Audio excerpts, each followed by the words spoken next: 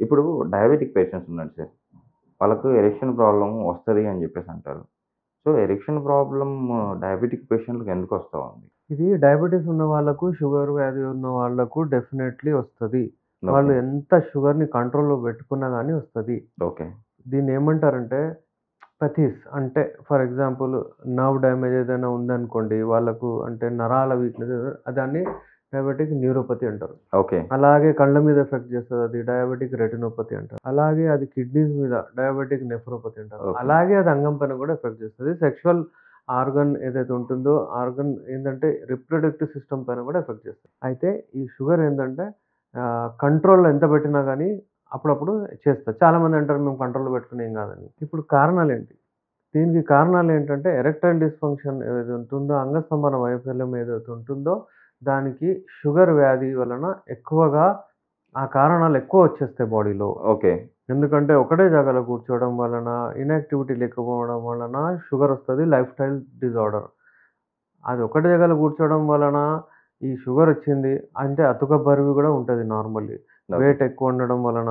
దాని వలన మళ్ళీ హార్మోనల్ ప్రాబ్లమ్స్ ఒస్తాయి. ఈస్ట్రోజన్ ఎక్కువైపోతది. టెస్టోస్టెరోన్ తక్కువైపోతది. ఈడీ ఒచ్చేస్తది. అలాగే ఏందంటే ఒకటే జగల కూర్చోవడం వలన లేకపోయినా వాళ్ళకి యాక్టివిటీ ఉన్నా గానీ ఈ షుగర్ ఏం చేస్తదంటే ఆర్టరీస్ బ్లడ్ వెసల్స్ ఏవైతే ఉంటుందో దాన్ని నారో చేసేస్తది. దాని వలన చిన్న చిన్న మైక్రో ఆర్టరీస్ ఉంటాయి. అవి ఆర్టీరియోల్స్ అంటారు దాన్ని. అయితే అంగం వరకు బ్లడ్ తీసుకెళ్ళవు. దాని వలన గూడా ఈ ఎరెక్టైల్ డిస్‌ఫంక్షన్ వచ్చేస్తది. ఓకే. అలాగే ఏంటంటే హార్మోనల్ ఇంబాలెన్స్ అంటే రాత్రిపూట లైఫ్ స్టైల్ డిజార్డర్స్ నిద్రపోరు, అది పోరు. ఇది హైదరాబాద్‌లో ఇప్పుడు చాలా అయిపోయారు ఈ కేసెస్. అంటే షుగర్ వ్యాధి పేషెంట్స్. ఎందుకంటే రాత్రిపూట ఫంక్షన్స్, రాత్రిపూట బిర్యానీ తినడం, రాత్రిపూట పడుకోకపోవడము, కూల్ డ్రింక్స్ తాగడము, మందు తాగడము ఇవన్నీ ఎక్కువైపోయినాయి.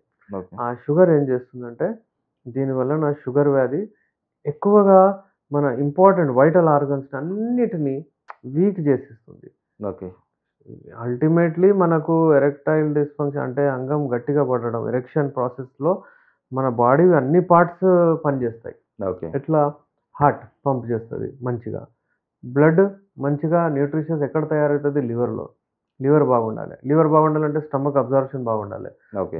మళ్ళీ మోషన్స్ ఫ్రీ ఉండాలి. అదంతా ఇవన్నీ రిలేటెడ్ ఉంటాయి.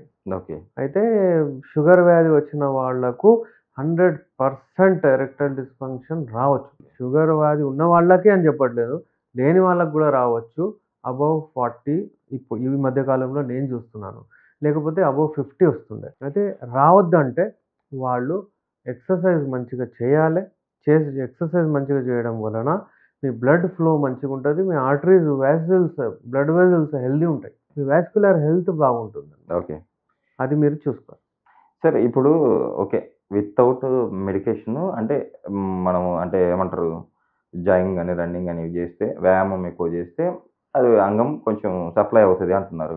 సో, అలా కాకుండా పూర్తిగా ఏమన్నా మెడిసిన్స్ వాడి మనం పూర్తిగా ఈ ప్రాబ్లమ్‌ని క్లియర్ జేసుకోవచ్చా? ఇలా చూడండి ఇప్పుడు ఎరెక్షన్స్ యూత్‌లో 14, 15, 16లో ఎప్పుడైతే ప్యూబర్టీకి రీచ్ అవుతారో 18, 20 వరకు ఎందుకు వాళ్ళకి ఎక్కువుంటది? ఉరుకుతా ఉంటారు. అటు, ఇటు, అటు వెళ్ళడము, క్రికెట్ ఆడడము, పిల్లల్ని చూడండి మీరు. యెస్. యాక్టివిటీ ఎక్కువుంటది. యెస్.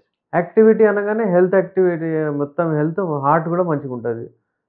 ఎప్పుడైతే యాక్టివిటీ తగ్గుతదో, ఎప్పుడైతే తనకి అదొచ్చేస్తది, అమ్మా నేను అందరూ జూస్తున్నారు, నేను ఉరకొద్దు, నేను ఇక్కడి నుంచి అక్కడ జంప్ చేయొద్దు, నేను ఒకటే కూర్చొని ఉంటే కొంచెం సోబర్‌గా కనిపిస్తాను.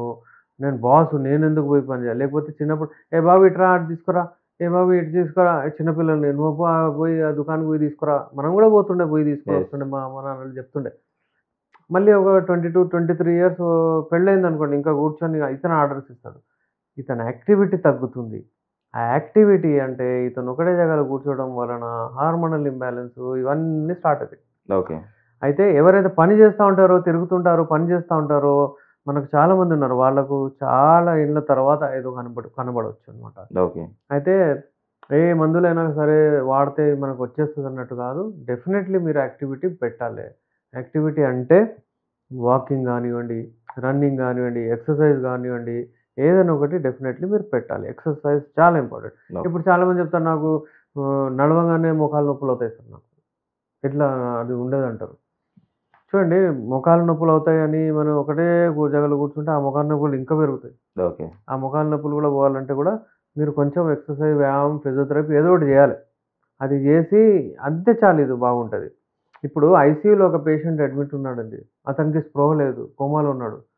అతను ఏం చేస్తాడో తెలుసా? ట్రీట్మెంట్ చేస్తూ చేస్తూ అతన్ని వీల్ చైర్ మీద కూర్చోబెట్టి జస్ట్ అతను అతనికి స్పృహ ఉండదు. బయటికి తీసుకొచ్చి రౌండ్ కొడతారనమాట. అందరూ చూస్తుంటే అతను లేదు, ఏం లేదు. కానీ మెల్లిమెల్లిగా బాడీ అబ్జర్వ్ చేస్తది. ఓకే. అది సన్‌లైట్ గానియండి, మందు మాట్లాడేది. దాని తర్వాత మెల్లిగా అతనికి పార్ట్ ఆఫ్ ట్రీట్మెంట్. ఓకే. అట్లా. హాఫ్ డెడ్ అతను కానీ చేస్తారు. అలాగే దీంట్లో గూడా ఒకవేళ మీకు అస్సలు ఎరెక్షన్ రావట్లేదు, ఏదైనా ప్రాబ్లమ్ ఉందంటే మీరు యాక్టివిటీ పోవాలి. ఓకే. మీరు తిరగాలి. మీరు వాకింగ్ జేయాలి. మీరు అలాగే ఏందంటే దాంతో పాటు మెడిసిన్స్ అంటే అప్పుడు పనిచేస్తది. ఓకే. అట్లా. ఈ క్యాప్సూల్స్ గానియండి, హల్వా గానియండి, ఆయిల్ గానియండి, ఈ మెడిసిన్స్ అప్పుడు వాడితే మీకు ఎఫెక్టివ్ ఉంటుంది. అంతే కాకుండా నేను ఉట్టిగా ఒకటే దగ్గర కూర్చుంటా, నేను తింటా రావాలంటే అలా కాదు. ఓకే. ఇంతకుముందు పెద్ద రాజమహారాజులు ఉన్నా గాని, జాగీర్దారులు ఉన్నా గాని వాళ్ళు వ్యాయామం చేస్తుండే. ఓకే. ఎక్సర్సైజ్ చేస్తుండే. మసాజ్ చేయించుకుంటుండే. ఓకే. అలా. ఇవన్నీ చేయించుకుంటూ మనం మెడిసిన్స్ వాడొచ్చు.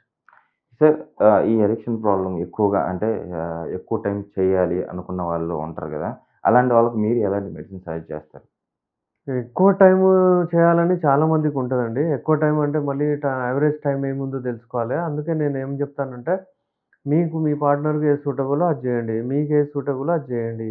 ఒక పార్ట్నర్‌కి స్టిక్ అయ్యి ఉండండి. 5-7 మినిట్స్ ఐడియల్ టైమ్. హోల్ వరల్డ్‌లో రిసర్చ్ చేసిన తర్వాత. ఓకే. ఓకే. మళ్ళీ అక్కడి నుంచి 8-13 మినిట్స్ లాంగ్, 15 మినిట్స్ లాంగ్ అంటారు దాన్ని. టైమింగ్ అంటే మీరు స్టార్ట్ చేసి అక్కడి నుంచి కౌంట్ గాదు. అంగం ప్రవేశించిన తర్వాత టైమింగ్ ఉంటది. ఓకే. అట్లా. అదే ఏదో యాంగిల్ మార్చి అది ఇది చేసి లెంత్ తీసుకెళ్ళొచ్చు దాన్ని. మళ్ళా ఆ క్రమంలోనే గ్యాప్ ఇచ్చి ఓ 45 మినిట్స్, 50 మినిట్స్ కూడా చేయొచ్చు. కానీ ఏందంటే అది మీరు ఒకవేళ ఒకటేసారి చేసి మంచి భావప్రాప్తి చెందాలంటే 5-7 మినిట్స్ చాలు. పెనిట్రేటివ్ అంగం ప్రవేశించిన తర్వాత. ఫోర్ ప్లే కాకుండా ఓన్లీ ప్లే గురించి మాట్లాడుతున్నాను నేను. ఓకే. మళ్ళీ ఆఫ్టర్ ప్లే కూడా ఉంటది. ఓకే. అలా మాక్సిమం మీరు ఎక్కువ సేపు చేయొచ్చు. వీర్యాన్ని మనం గట్టిగా చేసి మెడిసిన్ ఉంటది. ఒక ఓకే. రకమైన హల్వా ఉంటుంది. ఈ హల్వా వీర్యం ఏదైతే ఉంటుంది గదా!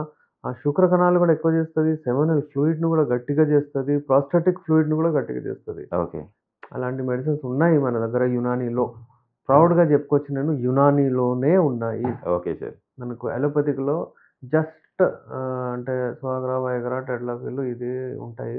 అంటే నార్మల్లీ ఏందంటే ఆ హెల్త్‌కి సంబంధించిన పర్టిక్యులర్ డిసీజ్ అంటే పర్టిక్యులర్ మెడిసిన్ ఇది ఉంది అన్నట్టు లేదు.